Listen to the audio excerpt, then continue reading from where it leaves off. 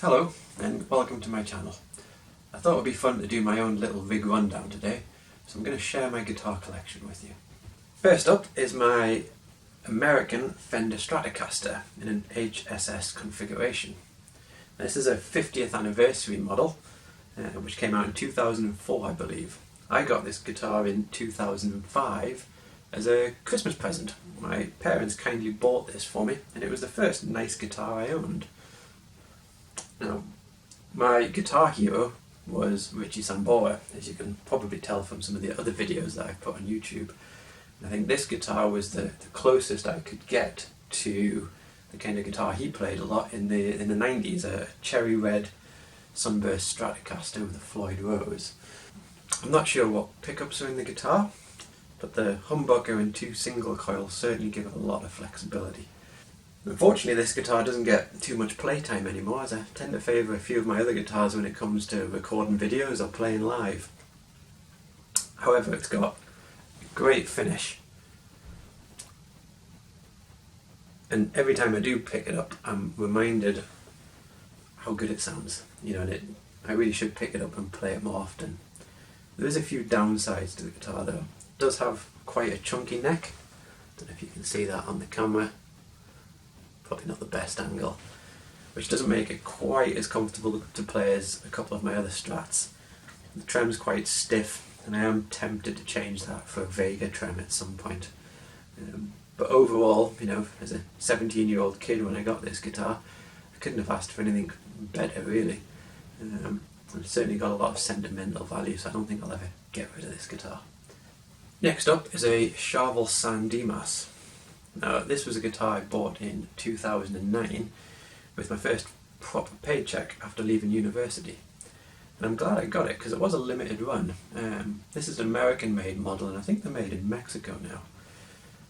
But it's an absolutely cracking guitar, and it's the main reason why the Sunburst Strat I just showed you doesn't get played as much, because really this guitar is just better in every possible way. And since most of what I enjoy playing is 80s rock and metal, this kind of fits the bill and is just perfect for it really. There's a Seymour Duncan trembucker in the bridge and an SH159 in the neck position. And the highlight of this guitar really is the neck. It's very thin, it's fast and very comfortable to play. Really an outstanding guitar, and one I'm really glad I own. I think this is my favourite guitar. Gibson Les Paul Standard, an iced tea finish. It's a 2008 model and it has burst bucker pros in the bridge and neck position. I bought this guitar in 2010, brand new from Guitar. I bought it with the money I saved up from playing in a pub band that year. And yeah, it's honestly an absolutely fantastic guitar. The finish on it is stunning. I'll zoom in a little bit there. The nice thing about these iced tea finishes, depending on the light you're in, they can look brighter or darker, but really lovely looking guitar. I've always been drawn to the Les Paul shape. My first guitar was an Epiphone Les Paul, and eventually getting hold of the real deal was certainly a big moment in my life. And yeah, I pretty much play this guitar all the time. I think if I could save one of my guitars, this would be the one, I think. The sound of a guitar in my head is pretty much this plugged into a Marshall JCM 800, Tube Screamer or Boss DS1, SD1 in the front of it. And yeah, that's pretty much the sound that I like. Quintessential rock sound in my head anyway. There is a couple of downsides to it though, it's not perfect. The locking tuners are a nice touch, makes it quick and easy to change your strings. The jack that stops the cable being pulled out accidentally though is a complete pain, especially when you want to change guitars quickly in the middle of a show. And the volume pots sounds great on 10, but if you want some variation in your tone, if you want to clean things up a little bit, you pretty much have to roll it all the way off to about 1. And then as you start to turn the volume up again, there's really not much difference between sort of clean and then 10. So I think that's probably a mod I'm going to need to do at some point. I've just never got around to it in, well, 12 years now. I think that's because mostly whenever I pick this guitar up I tend to just leave the volume on 10 anyway. But yeah, that's certainly something that could be improved about the guitar. But yeah, Gibson Les Paul Standard, lovely guitar, and I think I'm going to have to find another one day. This was the first second-hand guitar I ever bought. This is a 1959 vintage reissue Fender Stratocaster in Sonic Blue. I bought this from an old bandmate of mine who had great taste in guitars, but luckily for me was always selling them as well. Like the Charvel, it has a very thin neck, it's very comfortable to play. The vintage spec mean that it started to age quite nicely. The nitro finish already has some checking in it, and it has naturally worn in a few places as well. Bit of buckle wash on the back. I do quite like the look of relic vintage guitars. I'm just not sure about buying them in that state and spending a premium for it as well. So I think the nice thing about this is that as I play it over the years, especially if it gets lots of use live with sweaty fingers and belts and whatnot, it should age quite nicely over the years, and it's all going to be natural wear that I've put into it. The other great thing about this guitar is you get a lot of tone just from the volume knob. And this is certainly one of my guitars where you can have everything from searing leads with the volume on 10 to just rolling it back to 3 or 4, and you're going to have some really nice clean tones as well.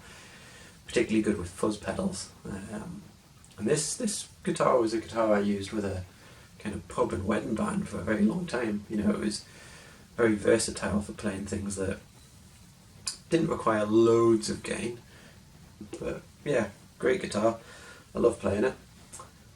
I think some of the other quirks of it being a vintage reissue is that with it having 21 frets, something to do with the scale length is that bending strings is a little bit more challenging compared to some more modern guitars. And the fret markers don't show up particularly well, particularly under stage lighting, which can lead to the odd embarrassing mistake. Next are two identical guitars that I never thought I'd own. A Red Special. Now my main gig at the moment is a Queen tribute band, so a Red Special's kind of an essential requirement. Now this one, which is the main one that I use these days, is a hand-built model. It was custom built for me by a chap called Peter Cole, who lives in the northeast of England.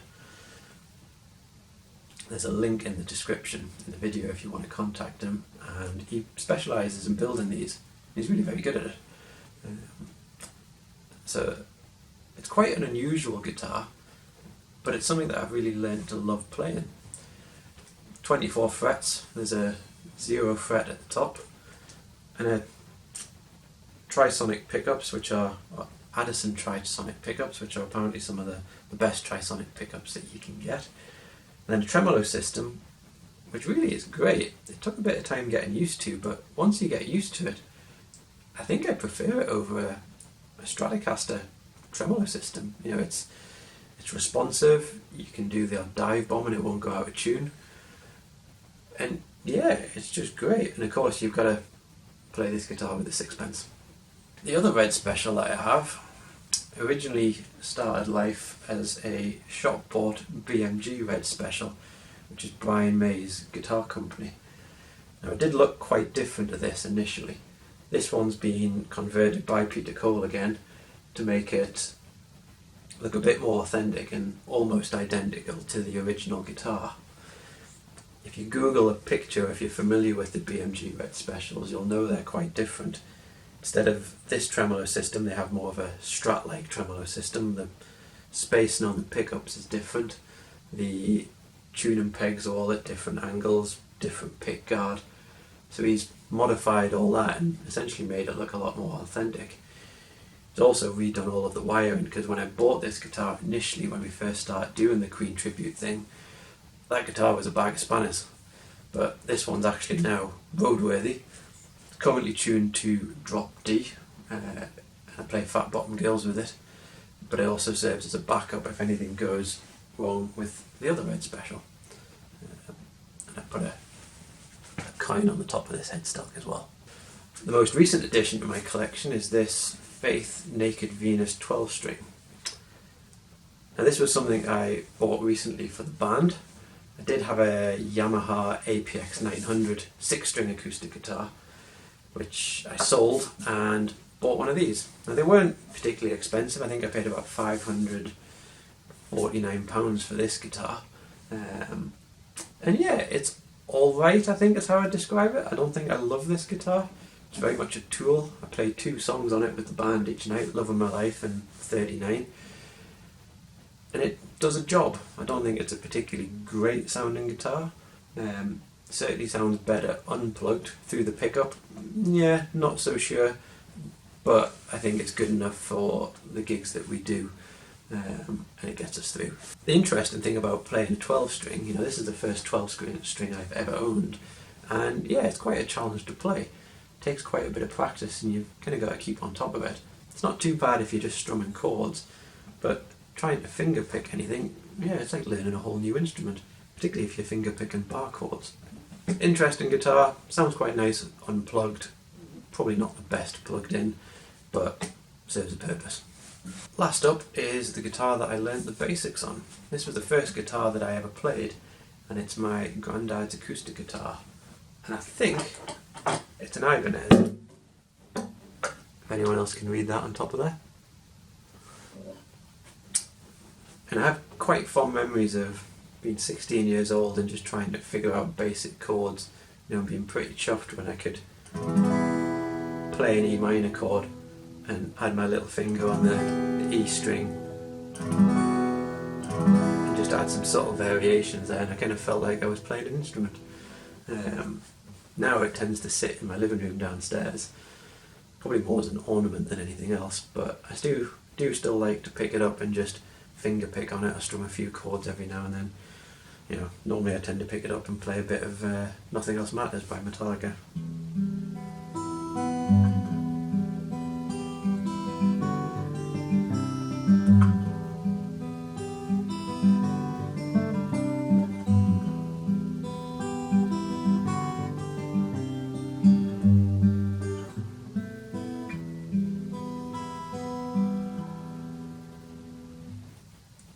Okay, that's it. Thank you for watching, and I'll see you in another video soon. Take care.